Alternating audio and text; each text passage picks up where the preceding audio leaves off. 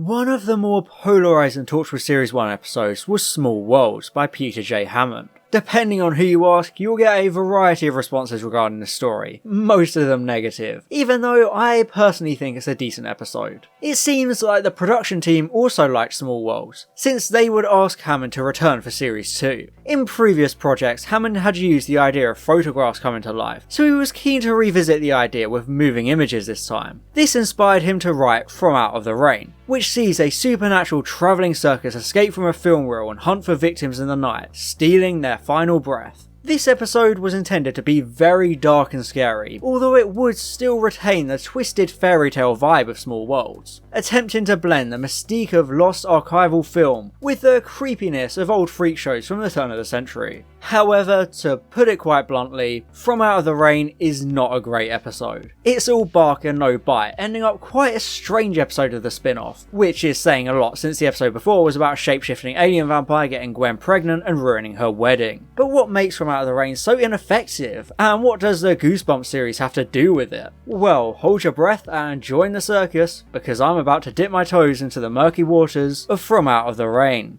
So, why not step inside?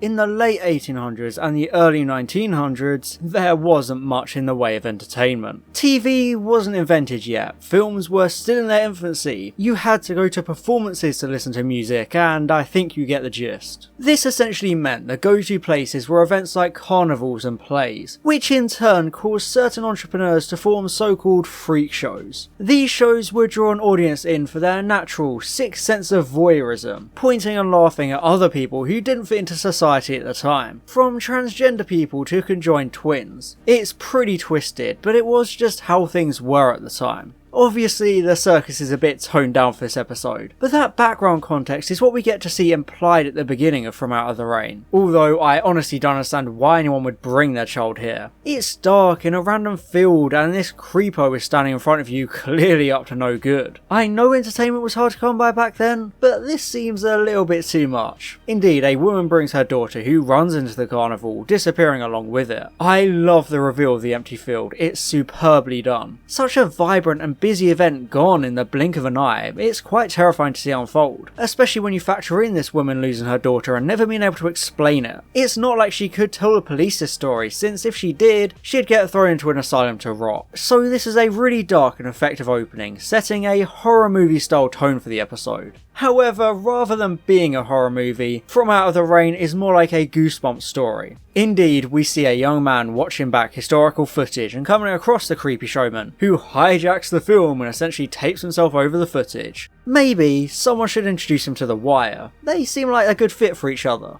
It's quite an eerie opening, but it's so hard to shake that Goosebumps atmosphere, since this genuinely does play out like one of those books. Boy loves old film, boy finds weird haunted film, film comes to life and starts killing people. It just reeks of that formula, which quite obviously hurts the episode, since it very much does take itself seriously.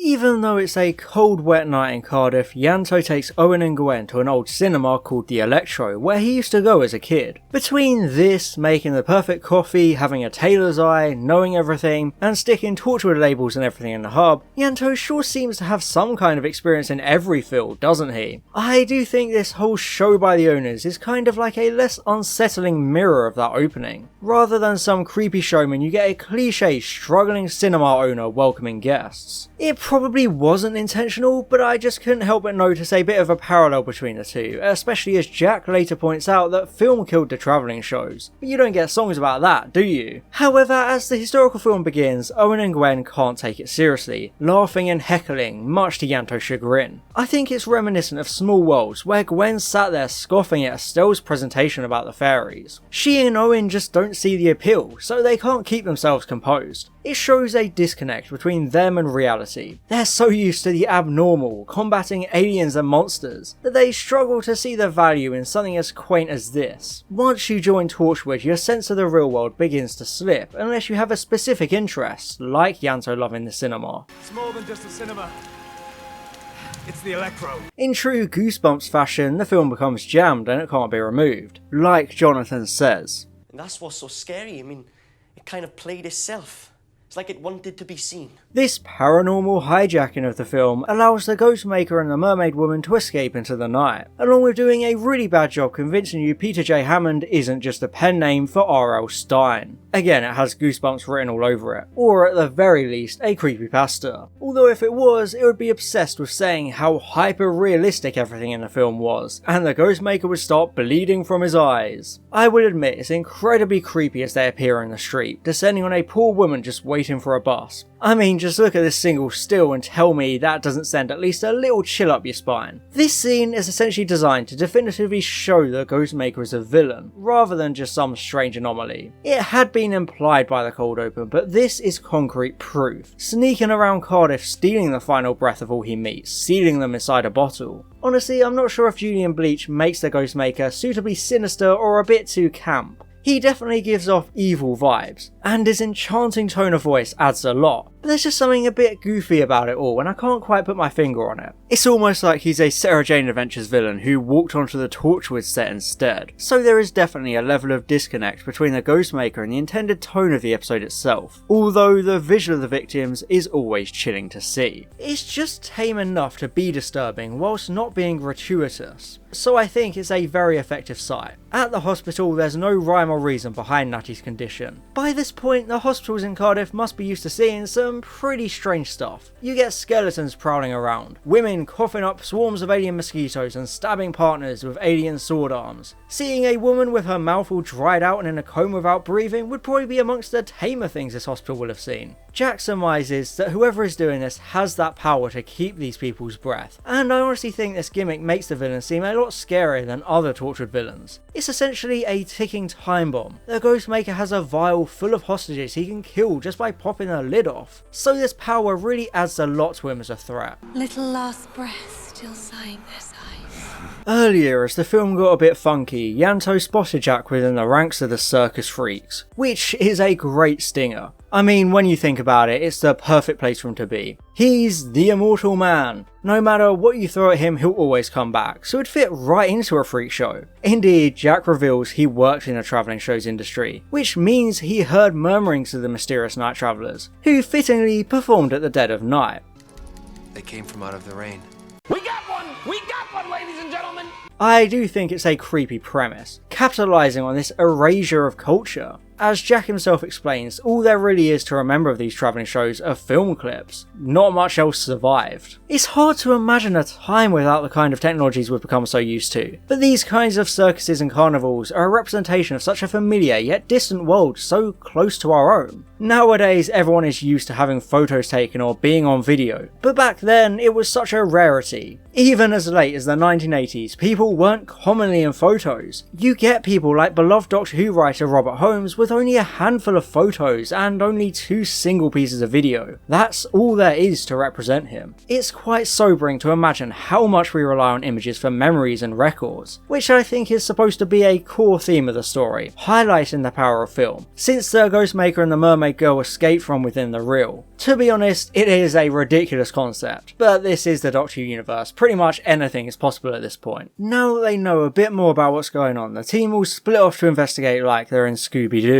Jack explains more about his past as a travelling performer and his previous investigation of the Night Travellers. Series 2 of Torchwood aimed to delve deeper into his history, and this is yet another example of that, drawing on his own experiences to just add flavour text and exposition to an episode. They don't make a big deal about it, which I appreciate. It's just enough to be useful for driving the story forward. Indeed, we get a better glimpse at a Night Traveller's show, including such wonders as a tattooed man. Yeah, as I said, entertainment was hard to come by back then. Jack claimed the Night Travellers always found a crowd, and I think it's definitely understandable with the Ghostmaker's captivating speech to his patrons. There's just something about Bleach's performance that is exceptional in this moment. You're really drawn into his little world of wonders, he keeps you gripped and entranced, which I know is the job of a showman, but there's a certain way he speaks that sucks you in. So it's a great combination of acting and storytelling. Back out in the modern Cardiff night, the Ghostmaker has taken Mermaid Girl out for a date, hanging out in an abandoned swimming pool like they're 2 leads in a 90s teen drama. The staging is quite good here. I really like how it looks with all the flickering candles and empty space. I'm sure there's some way of seeing it as some kind of metaphor for the lives sparkling in the night around them, but I can't really think of a good angle to take that. After some fetishy shit, the pair scheme further further, enjoying the sounds of the people they've murdered. The whole breath in a bottle thing is again like a Goosebumps gimmick, but it's acceptable enough, especially as it gives us more eerie interactions like this, where they almost get off on hearing their victims die over and over again, reminding you just how unforgivably evil this duo truly are. Make her cry.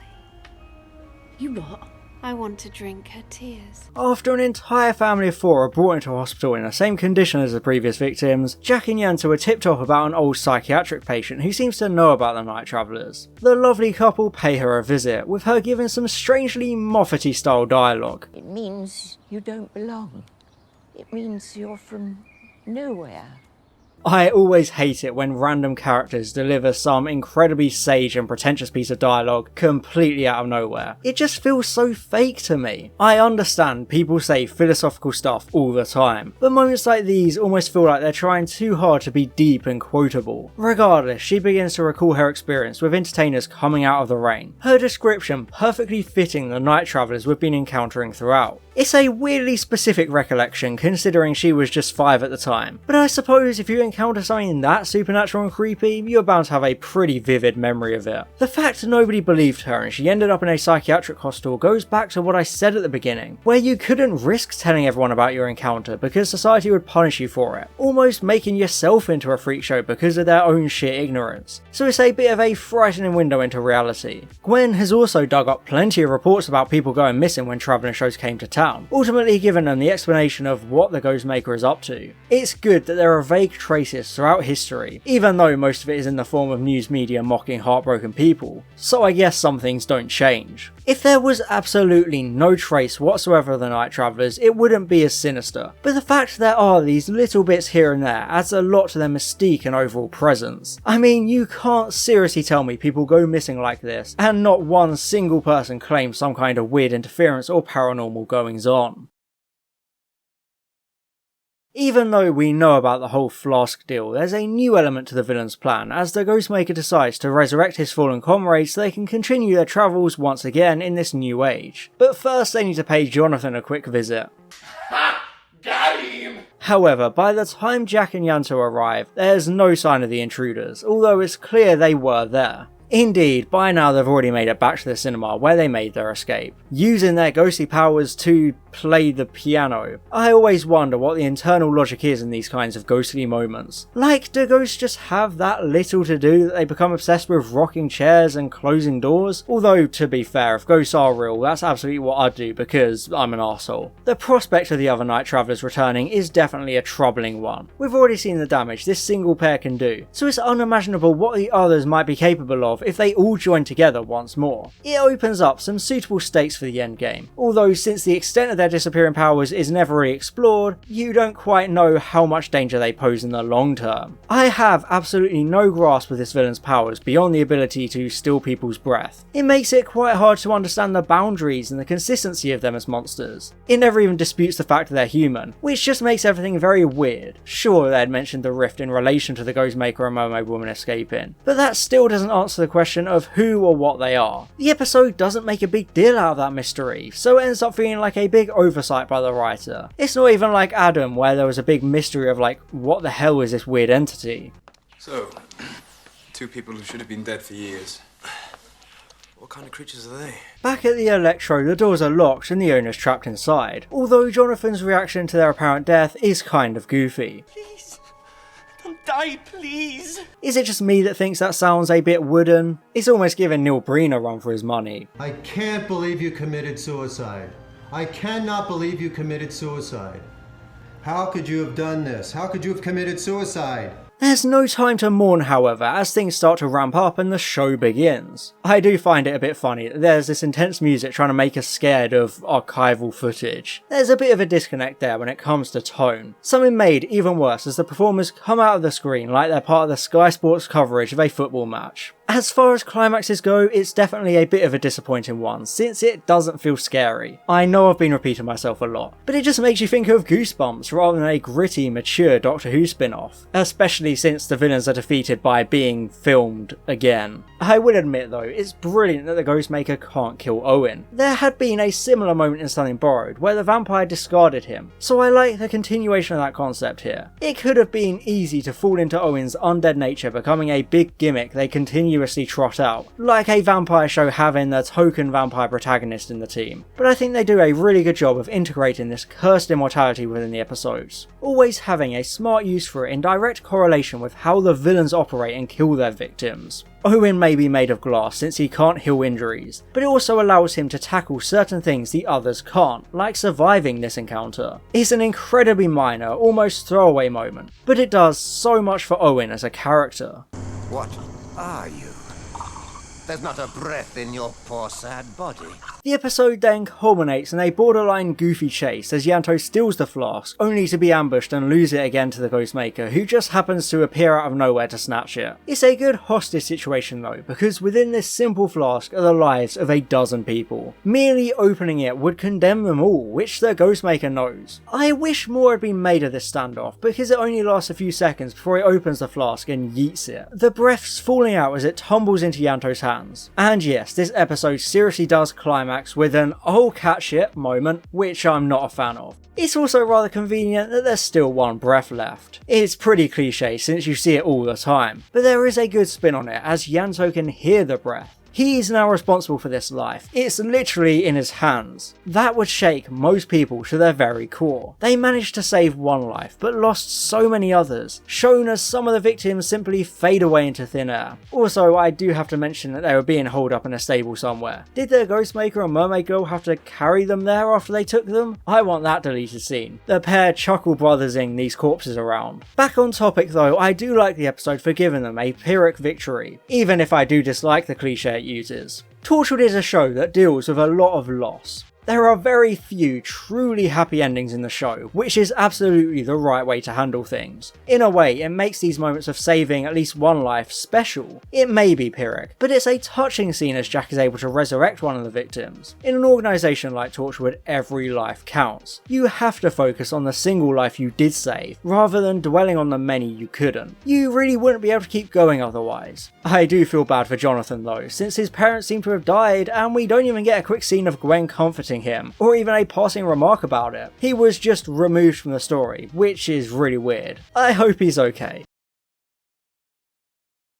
The epilogue of this episode is short but sweet as Jack reflects upon the possibility of the Night Travellers or other similar entities lurking away in the corners of dusty basements, ready to be unearthed and threaten the world all over again. I suppose it's a more retro version of the classic horror trope you see in things like The Ring and Sinister. Who knows what could be on all those film cans left forgotten. As a species, we hoard media just like the Ghostmaker hoards breath. Half the time we never even look, never open it up. Like me with my Big Finish collection. None of these could have discs in and I would never know. It does leave a chilling implication though. The kind of final scene I love. It leaves the narrative open for continuation, but not as frustratingly open as Sleeper's ending was. We even get a Jumanji style teaser ending as a man stumbles upon a film can at a boot fair, hinting at the horror beginning again. Sure, I could criticise it for copying that final shot, but I think it works as the perfect homage. All it takes is just one frame of the Ghostmaker on a single, unassuming piece of film. It could be at a boot fair in Welsh suburbia, or tucked away on a forgotten sci-fi reel in a Nigerian television station's basement. You never know. The Night Travelers could still be there, somewhere, just waiting.